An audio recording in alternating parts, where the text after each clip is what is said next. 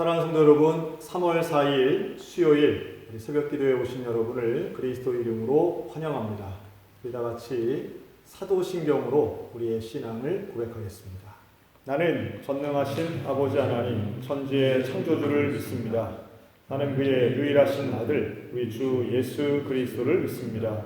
그는 성령으로 잉태되어 동정녀 마리아에게서 나시고 본디오 빌라도에게 고난을 받아 십자가에 못 박혀 죽으시고 장사된 지 사흘 만에 죽은 자 가운데서 다시 살아나셨으며 하늘에 오르시어 전능하신 아버지 하나님 우편에 앉아 계시다가 거기로부터 살아있는 자와 죽은 자를 심판하러 오십니다.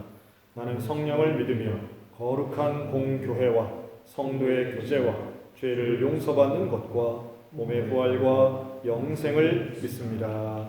아멘. 자, 우리 다 같이 찬송가 405장을 하나님 앞에 찬양드리겠습니다.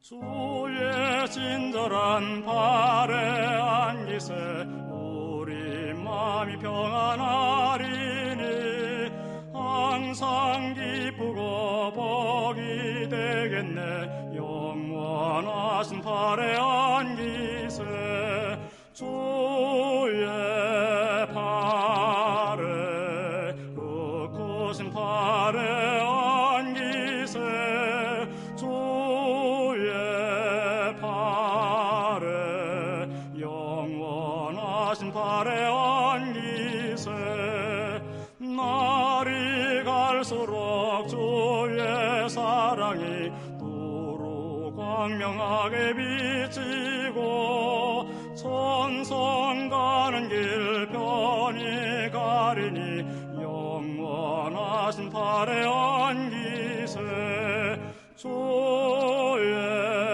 발에 끄끄신 발에 안기세 주의 발에 영원하신 발에 안기세 주의 보좌로 나갈 때에 기뻐 찬미 소리에 지고 겁과 두려움 없어지리니 영원하신 발에 안기세 주의 발에 끄끄신 발에 안기세 주의 발에 영원하신 발에 안기세.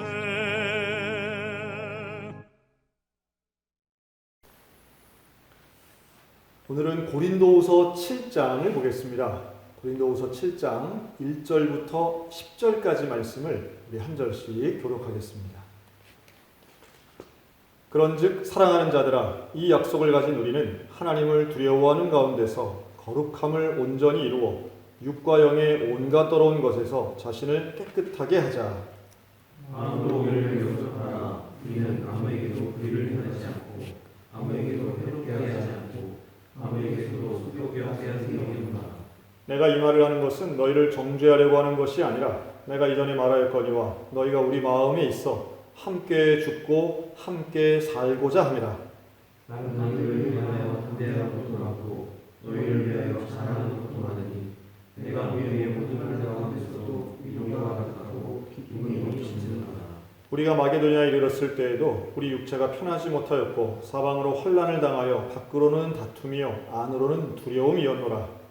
그러나 당신은 자들을 위로하시는 하나님이 기도와 온으로 우리를 위로하시니 그가 온 것뿐 아니요 오직 그가 너희에게서 받은 그 위로로 위로하고 너희의 사모함과 애통함과 나를 위하여 열심히 있는 것을 우리에게 보고함으로 나를 더욱 기쁘게 하였느니라. 그러므로 내가 편지로 너희를 희심하게 한 것을 후회하였으나 지금은 후회하지 아니하면 그 편지가 너희로 잠시만 근심하게 한 줄을 알미라. 내가 지금 기뻐함은 너희로 근심하게 한 까닭이 아니요 도리어 너희가 근심함으로 회개함에 이른 까닭이라. 너희가 하나님의 뜻대로 근심하게 된 것은 우리에게서 아무 해도 받지 않게 하려 함이라. 하나님의 뜻대로 하는 근심은 후회할 것이 없는 구원에 이르게 하는 회개를 이루는 것이요 세상 근심은 사망을 이루는 것이니라. 아멘. 자, 오늘은 근심이 위로되게 하라라는 제목으로 함께 말씀을 나누겠습니다. 사실 본문에서 사도 바울은 위로라고 하는 말을 여러 차례 쓰고 있습니다. 우리는 위로받는다라고 할 때 대개 사람으로부터 어떤 격려를 받거나 또는 내 편이 되어주는 느낌을 받거나 따뜻한 어떤 말을 들었을 때 위로가 된다, 격려가 된다 이런 말을 많이 하지요. 소위 말해 어깨 뚫기면서 괜찮아, 잘 될 거야, 이런 류의 위로들 말입니다. 하지만 사도 바울은 오늘 본문을 통해서 본인이 어떤 위로를 받았는가를 우리에게 가르쳐주면서 정말 바울다운 위로, 또 사도를 사도되게 하는 그러한 위로받음에 대해 우리에게 전혀 다른 시각 하나를 제공해주고 있습니다. 먼저 그가 겪었던 어려움을 설명하는데요. 이 마게도냐에서의 환난이 있었다 말합니다. 이렇게 표현해요. 밖으로는 다툼이 있었고 안으로는 두려움이 있었다는 거예요. 그러니까 내부적으로도 결속이 잘 안 되고 밖에서는 끊임없는 핍박이 어려움이 있었다는 겁니다.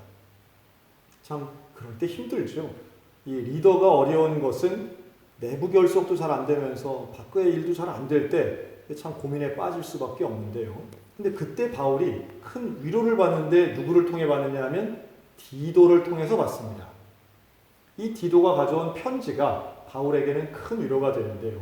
우리가 고린도전서에서 이미 살펴본 것처럼 바울은 고린도 교회에 편지를 보내면서 너희들 그러면 안 된다. 너희들 이렇게 분란이 있느냐? 왜 바울파, 아볼로파, 게바파 이게 뭔 소리냐? 내가 너희를 그러라고 가르쳤느냐? 라고 하는 일종의 훈계성 편지를 보냈던 겁니다. 그런데 디도가 가져온 그 편지의 내용은 바로 그 사도 바울이 편지를 보내놓고도 근심을 했던 거죠. 야, 내가 교인들한테 너무 좀 아픈 소리를 했나? 내가 그런 훈계를 하는 게 좀 맞았나? 이런 근심이 있었는데 디도를 통해 돌아온 그 편지의 대답은 이런 겁니다. 사도 바울의 가르침을 통해 우리가 회개했습니다. 그리고 우리는 다시 하나가 되었습니다. 이것을 사도 바울은 이렇게 말합니다. 하나님의 뜻대로 하는 근심은 후회할 것 없는 구원에 이르게 하는 회개를 이룬다. 그러니까 걱정이 됐었죠. 근심이 있었죠. 그런데 사도 바울의 근심은 다른 게 아니라 교회에 대한 근심이었고 영혼에 대한 근심이었습니다. 그런데 그 근심이 결국은 놀랍게도 회개로 연결되어서 그 회개를 통해서 사도 바울은 위로를 받았다는 겁니다. 다시 말해 바울이 어려움 속에 있다가 무엇 가지고 큰 위로가 됐느냐 하면 누군가 회개했다. 교회가 부흥했다. 고린도 교인들이 회개해서 다시 하나가 되었다. 여러분 오늘 우리에게는 어떤 소식이 위로가 될까요? 저는 이런 생각을 해봅니다. 오늘날 우리들에게 하나님이 살아계신, 성경이 진리되신, 예수 그리스도가 구원되심을 믿는 자가 한 명이라도 더 늘어나는 것이 우리에게는 가장 큰 기쁨이요 위로가 될 줄로 믿습니다. 내가 하는 일이 잘 되는 것보다 더 중요한 것은 하나님이 원하시는 일이 이루어질 때 그것을 기뻐할 줄 아는 것입니다. 왜요? 그것이 구원받은 우리로서 마땅히 해야 할 일이기 때문에 그렇습니다. 어려운 시절일수록, 근심이 많은 시절일수록 결국은 이때가 정말 은혜 받을 만한 때이고 위로 받을 만한 때입니다. 하나님이 역사하실 것입니다. 하나님이 일하시는 것을 보며 우리 위로받고 근심이 변하여 회개가 되고 그 회개를 통하여 위로받는 이 시대의 사도와 같은 우리 모두가 다 되시기를 주님의 이름으로 축원합니다. 아멘. 기도하겠습니다. 살아계신 하나님, 근심이 위로되는 역사가 일어나기를 간절히 기도합니다. 사도 바울에게 교회의 회개가 큰 위로가 되었던 것처럼 오늘 우리들에게도 어떤 일이 정말로 형통한 일인가를 깨닫는 지혜를 주셔서 이 전염병의 사태 이후에 한 명이라도 하나님을 믿는 사람들이 더 많아지는 것을 통해 우리가 위로받게 하여 주시옵소서. 이러한 어려운 상황에도 영상을 통해 예배드리는 것이 위로가 되게 하시고 이러한 위로가 우리 온 교우와 가족들에게도 전달되게 하여 주시옵소서. 감사드리며 예수 그리스도 이름으로 기도합니다. 아멘. 주기도문으로 예배를 마칠 텐데요. 오늘 저녁 7시 30분에도 역시 지난주와 마찬가지로 라이브로 예배를 드리도록 하겠습니다. 밴드를 통해서 예배를 드릴 텐데요. 혹여라도 영상에 기술적인 문제가 있을 때는 또 다른 링크 주소를 밴드를 통해서 들어가실 수 있도록 배려하겠습니다. 한 마음을 가지고 조속히 이 사태가 끝날 수 있도록 기도하는 마음으로 오늘 수요일 저녁 예배에도 온라인 예배에도 동참해 주시기를 바랍니다. 이와 같이 주기도문으로 예배를 마치겠습니다.